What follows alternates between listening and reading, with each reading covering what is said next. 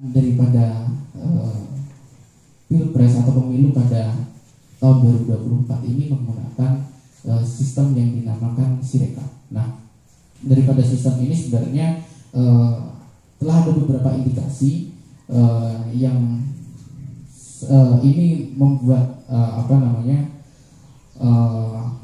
bahwa yang pertama, dari Sirekap ini secara software beberapa kali kemarin sebelum pelaksanaan pemilu selama masa persiapan sudah diketahui terjadi banyak error dan juga banyak sekali kendala yang dialami, bahkan ini juga diaminkan oleh kawan-kawan di lapangan selaku KPPS yang merupakan orang yang mengutilisasi atau yang menggunakan software ini seperti itu. Jadi dari segi persiapan perlu kita pertanyakan apakah kemudian rekap ini betul-betul memang sudah melalui fit proper dan juga memang sudah layak untuk digunakan dalam konteks demokrasi yang harapannya kita bisa mempercayai software yang memang digunakan dalam konteks ini seperti itu. Nah, selain itu ada juga temuan yang sebelumnya sebenarnya KPU juga sudah memberikan statement ada sekitar 1.223 TPS yang salah input. Namun dalam temuan yang kita lakukan dari informasi untuk kawan-kawan media dari teman-teman FBD melakukan pengumpulan data melalui metode data scraping yang kita per 2 hari yang lalu kita sudah mendapatkan lebih dari kita sudah melakukan scraping terhadap lebih dari 150.000 TPS di seluruh Indonesia, dan dari pantauan kami sudah didapatkan sekitar 2.447 anomali data yang mana memang terjadi penggelembungan data daripada yang seharusnya di C1 nilainya berapa, setelah dilakukan scan, setelah dilakukan input data menggunakan aplikasi Sirekap, ternyata datanya terbaca salah, bahkan terjadi penggelembungan yang cukup besar. Sebenarnya di sini juga ada pertanyaan dari kami, mengapa penggelembungan data cenderung hanya terjadi di salah satu paslon saja, dan ini nanti mungkin akan juga kita sampaikan untuk software datanya agar kawan-kawan juga bisa melihat bagaimana kecenderungan data itu, penggelembungan data yang cukup besar, bahkan ada yang sampai di angka 800-700 yang ini menjadi angka yang cukup anomali bagi kami, karena bahwasannya seperti yang sudah kita ketahui berdasarkan regulasi yang ditetapkan oleh KPU, setiap TPS itu hanya memiliki kuota paling besar maksimal 300 DPT, itu untuk TPS yang paling besar. Bahkan mungkin kalau kita rata-rata mungkin hanya di sekitar 200 sampai 250, itu mungkin di angka angka rata-ratanya di angka itu. Nah, di temuan kita bahkan ada yang sampai penggelembungan di angka 700, indikasi yang mungkin ini akan datanya terus bertambah seiring data scraping kita lakukan. Hidup rakyat Indonesia. Pernyataan sikap Forum BEM DIY. Dalam keadaan yang penuh tantangan ini, Forum BEM DIY bersatu untuk menyoroti dan menanggapi situasi bangsa dan negara saat ini yang secara nyata dikangkangi oleh para elit oligarki dan kekuasaan. Demokrasi yang seharusnya menjadi sarana bagi suara rakyat untuk menyalurkan harapan, kini tercemar oleh tangan-tangan yang tidak bermoral dan tidak bertanggung jawab atas negara dan bangsa Indonesia.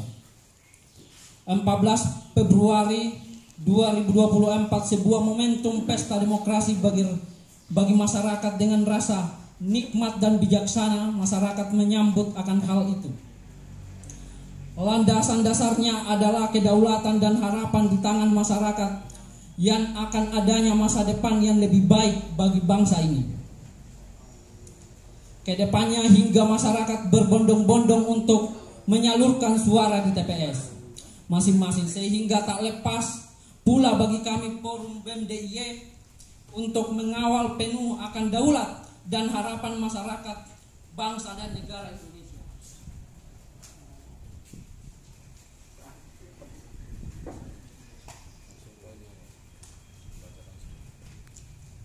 Maka dari itu tuntutan kami, 1. Pilpres dan Pileg diduga telah direkayasa sejak awal untuk memenangkan capres dan calon legislatif tertentu.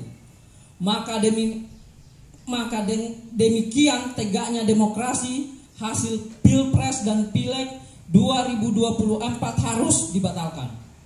2.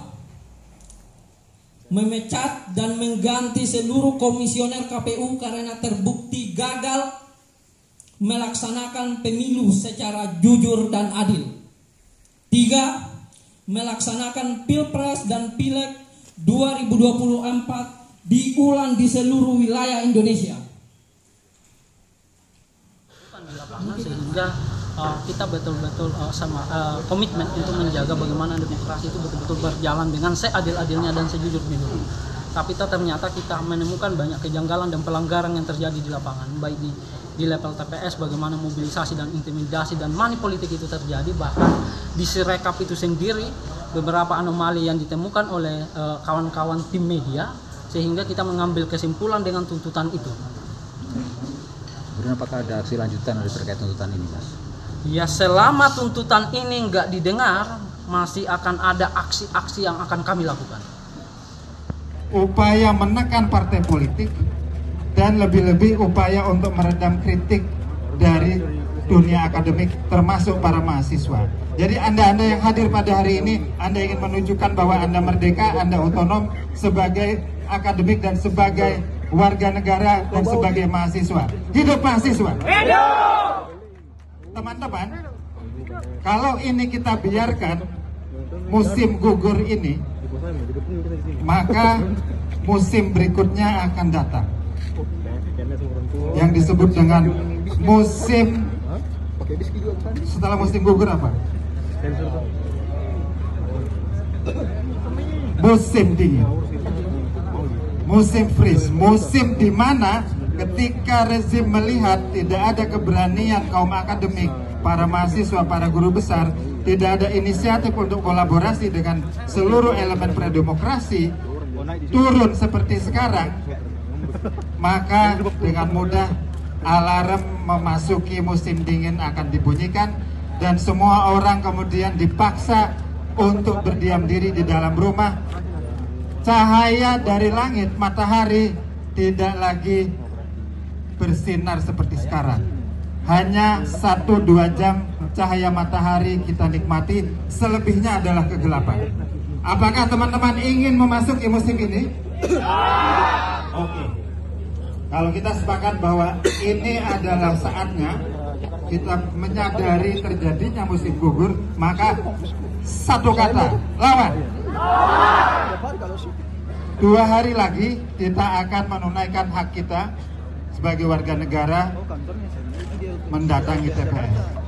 Saatnya kita gunakan hak kita, otonomi kita, akal sehat kita untuk menghentikan rezim politik dinasti, untuk menyampaikan suara kita sebagai bentuk penghukuman bahwa tidak boleh negara ini dipimpin oleh orang-orang yang melanggengkan politik dinasti, tidak boleh orang-orang yang tercatat sebagai pelanggar hak asasi manusia.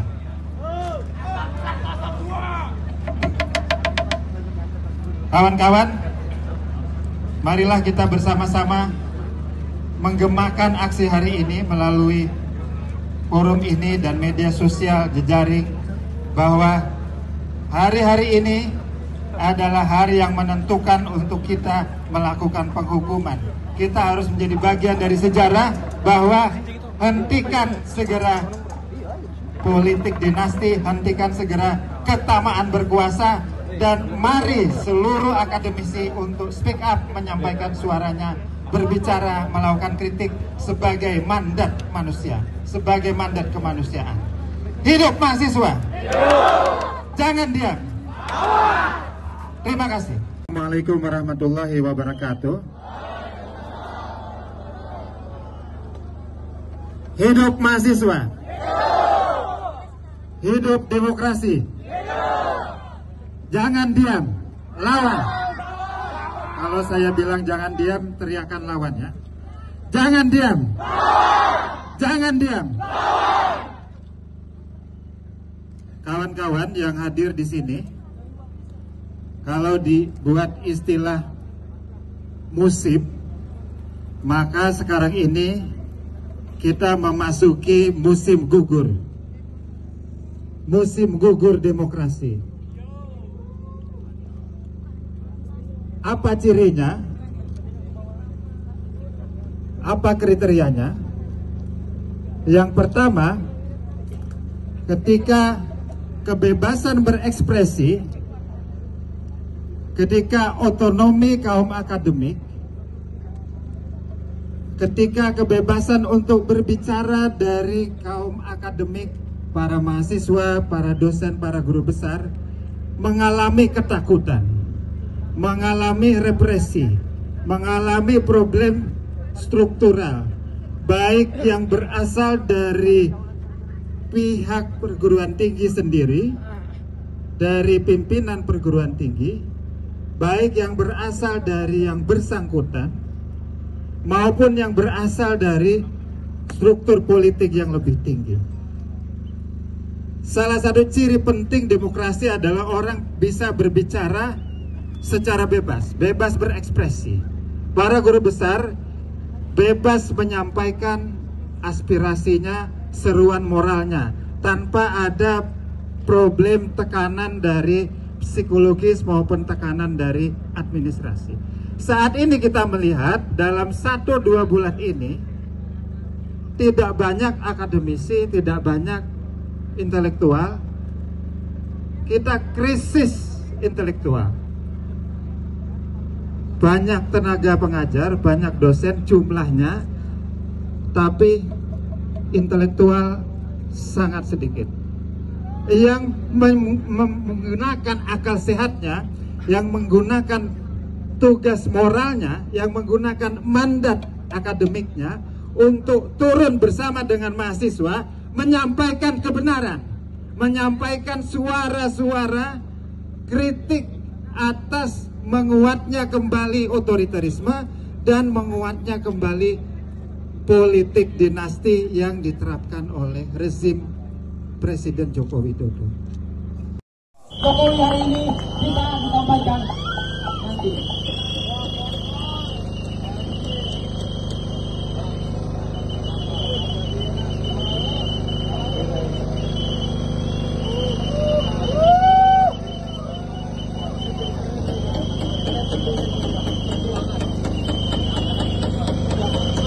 Masa depan bangsa ini,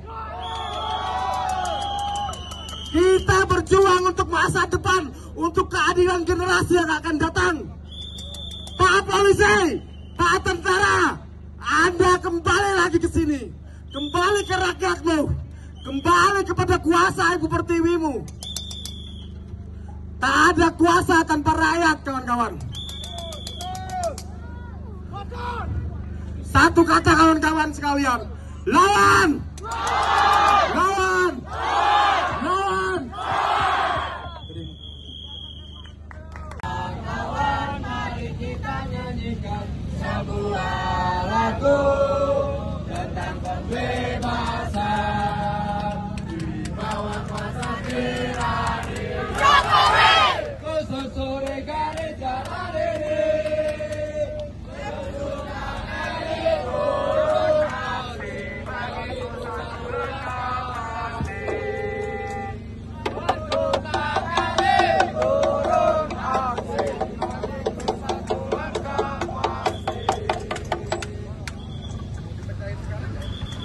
Untuk masing-masing korlap silakan.